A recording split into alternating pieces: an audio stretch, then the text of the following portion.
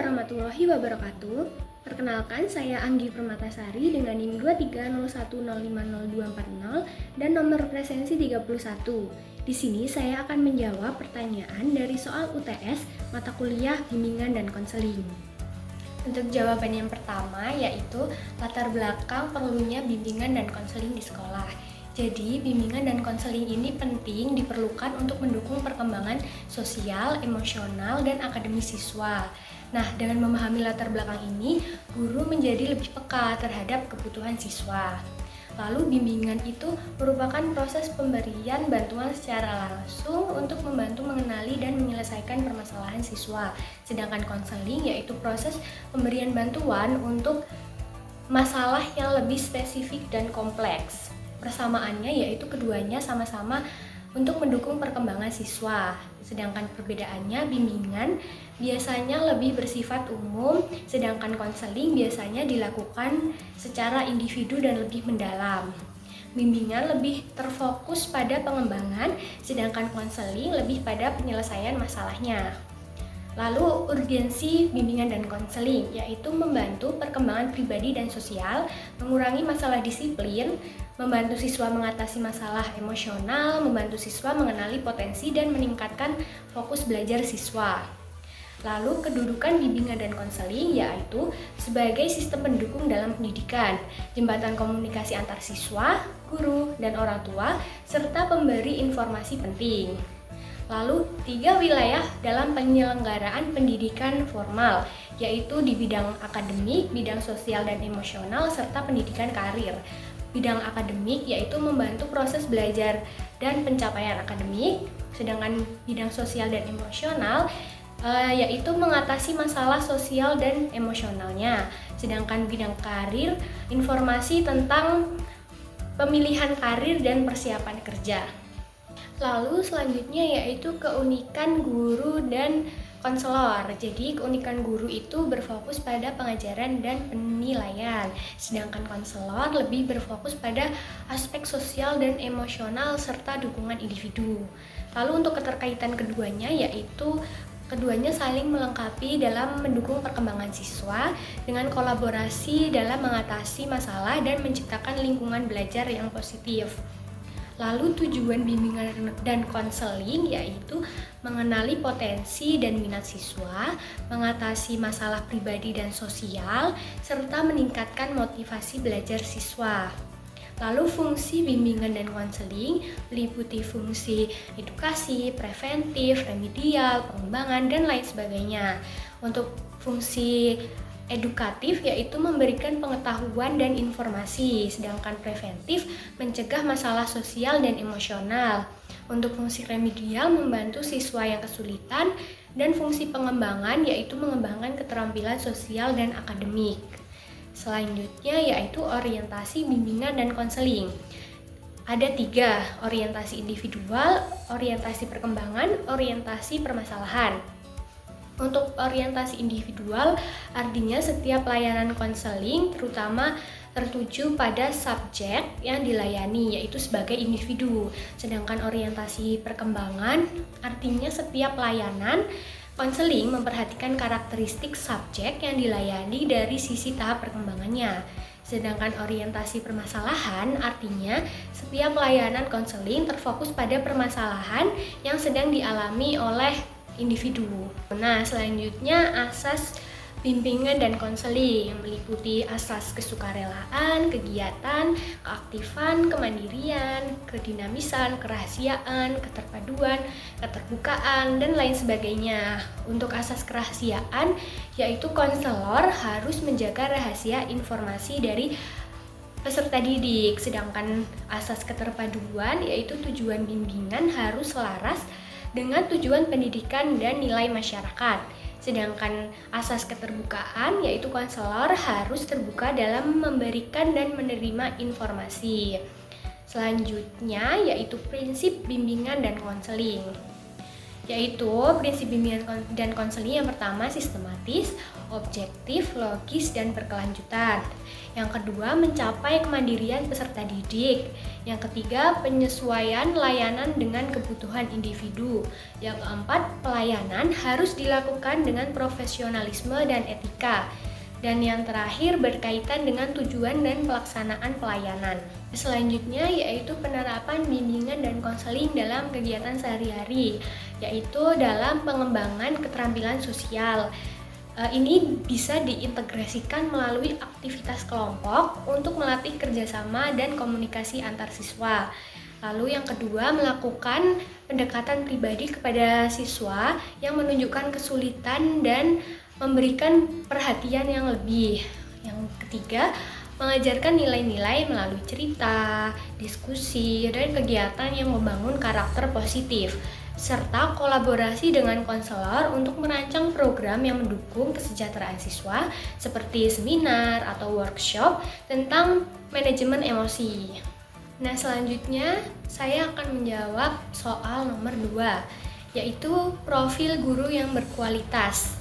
Nah, seorang guru yang berkualitas itu memiliki beberapa karakteristik, seperti yang pertama, memiliki pemahaman yang kuat tentang materi yang diajarkan serta metode pembelajaran yang efektif. Yang kedua, mampu menyampaikan informasi dengan jelas dan menarik, serta mampu mendengarkan dan merespon siswa dengan baik. Yang ketiga, kepedulian dan empati, yaitu dengan menunjukkan perhatian terhadap kesejahteraan siswa baik secara akademis, sosial maupun emosional. Yang keempat yaitu mampu menciptakan lingkungan belajar yang kondusif dan mendisiplinkan siswa dengan cara yang positif. Lalu yang kelima, berkomitmen terhadap pengembangan diri, yaitu selalu berusaha untuk meningkatkan keterampilan dan pengetahuan melalui pelatihan, seminar, atau studi lebih lanjut. Yang keenam, yaitu mampu merancang kegiatan pembelajaran yang inovatif dan menarik, sehingga siswa lebih termotivasi untuk belajar. Dan yang ketujuh, yaitu mampu memberikan bimbingan dan dukungan kepada siswa dalam mengatasi masalah pribadi, akademis, dan sosial. Nah, selanjutnya sebagai guru SD, beberapa hal yang dapat dilakukan supaya kegiatan bimbingan dan konseling ini dapat dilaksanakan dengan baik. Di antaranya yang pertama yaitu menciptakan hubungan yang baik, yang akrab dan saling percaya dengan siswa supaya mereka merasa nyaman untuk berbagi perasaan dan masalahnya. Yang kedua, menyediakan waktu di luar jam sekolah untuk sesi bimbingan dan konseling baik individu maupun kelompok. Untuk yang ketiga yaitu merancang kegiatan konseling yang terstruktur seperti workshop atau diskusi kelompok tentang isu-isu yang relevan bagi siswa. Yang keempat yaitu bekerja sama dengan orang tua dan pihak sekolah untuk mendukung kebutuhan emosional dan akademis siswa. Serta yang kelima, mengidentifikasi masalah yang mungkin dihadapi siswa, baik dalam belajar maupun dalam interaksi sosialnya. Selanjutnya yaitu pentingnya memahami karakteristik peserta didik. Nah, memahami karakteristik peserta didik ini penting karena yang pertama dapat membantu guru dalam menyesuaikan metode pengajaran supaya lebih efektif. Yang kedua, mendukung kesejahteraan emosional karena siswa yang merasa dipahami itu cenderung lebih nyaman dan termotivasi untuk belajar. Dan yang ketiga, dengan memahami karakter, guru dapat mengantisipasi dan menangani perilaku yang mungkin muncul. Selanjutnya, karakter yang perlu dipahami, yaitu yang pertama, tipe belajarnya, karena setiap siswa memiliki gaya belajar yang berbeda. Contohnya seperti visual, auditori, atau kinestetik, dan lainnya. Selanjutnya, yang kedua, kepribadiannya. Siswa mungkin ada yang introvert, extrovert, atau ambivert. Hal ini mempengaruhi interaksi mereka. Dan yang ketiga yaitu motivasi dan minat.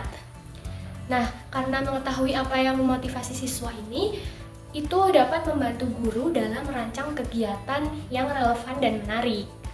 Lalu, cara memahami karakter peserta didik itu dapat melalui observasi, wawancara, survei, dan komunikasi dengan orang tua. Dengan pendekatan ini, guru dapat lebih baik mendukung perkembangan akademis dan emosional siswa, menciptakan lingkungan belajar yang positif dan inklusif. Nah, selanjutnya pertanyaan yang ketiga, dalam bimbingan dan konseling terdapat berbagai layanan yang dirancang untuk mendukung perkembangan siswa berdasarkan pola umum 17+ yang mencakup 9 layanan BK. Nah, berikut ini merupakan penjelasan tentang layanan tersebut serta contoh implementasinya di sekolah dasar. Untuk layanan yang pertama yaitu layanan informasi, yaitu memberikan informasi kepada siswa tentang berbagai hal termasuk program akademik, kegiatan ekstrakurikuler, dan juga informasi karir. Nah, sedangkan contoh implementasinya yaitu dapat mengadakan sesi di kelas untuk menjelaskan tentang kegiatan ekstrakurikuler yang tersedia dan manfaatnya bagi perkembangan siswa. Nah, selanjutnya yang kedua yaitu layanan konseling individu, yaitu melayani secara individu untuk membantu mereka mengatasi masalah pribadi, sosial, ataupun akademis. Contoh implementasinya yaitu mengadakan sesi konseling pribadi bagi siswa yang mengalami kesulitan belajar ataupun masalah emosional. Selanjutnya yang ketiga, layanan konseling kelompok, yaitu mengadakan konseling untuk kelompok siswa dengan permasalahan atau isu yang sama. Contoh implementasinya yaitu mengadakan diskusi kelompok bagi siswa yang mengalami tekanan dari teman sebaya untuk saling mendukung. Dan yang keempat yaitu layanan penempatan dan penyaluran, yaitu membantu siswa dalam menentukan pilihan jurusan atau kegiatan yang sesuai dengan minat dan bakat mereka. Contohnya, mengadakan tes minat dan bakat untuk membantu siswa memilih ekstrakurikuler yang cocok. Untuk yang kelima yaitu layanan pengembangan pribadi, yaitu membantu siswa dalam pengembangan pribadi diri seperti keterampilan sosial, emosional, dan etika. Contohnya, mengadakan workshop tentang keterampilan komunikasi atau manajemen waktu. Untuk yang keenam yaitu layanan mediasi, yaitu memfasilitasi penyelesaian konflik antar siswa. Contohnya, menjadi mediator dalam konflik antara dua siswa untuk menemukan solusi yang menguntungkan kedua belah pihak. Selanjutnya yang ketujuh yaitu layanan advokasi, yaitu mewakili kepentingan siswa dalam situasi tertentu seperti dengan orang tua atau pihak sekolah. Contohnya, mengadvokasi kebutuhan siswa dengan orang tua dalam kasus siswa yang mengalami kesulitan belajar. Untuk yang kedelapan, yaitu layanan kegiatan sosial, yaitu menyelenggarakan kegiatan sosial yang mengembangkan rasa kepedulian dan kerjasama di antara siswa. Contohnya, mengorganisir kegiatan penggalangan dana untuk amal atau program bakti sosial lainnya. Dan yang terakhir yaitu layanan krisis, memberikan dukungan kepada siswa yang mengalami situasi krisis atau trauma tertentu. Contohnya, menyediakan dukungan emosional dan konseling bagi siswa yang mengalami peristiwa traumatis dan lain sebagainya. Sekian yang dapat saya sampaikan, kurang lebihnya mohon maaf. Terima kasih. Wassalamualaikum warahmatullahi wabarakatuh.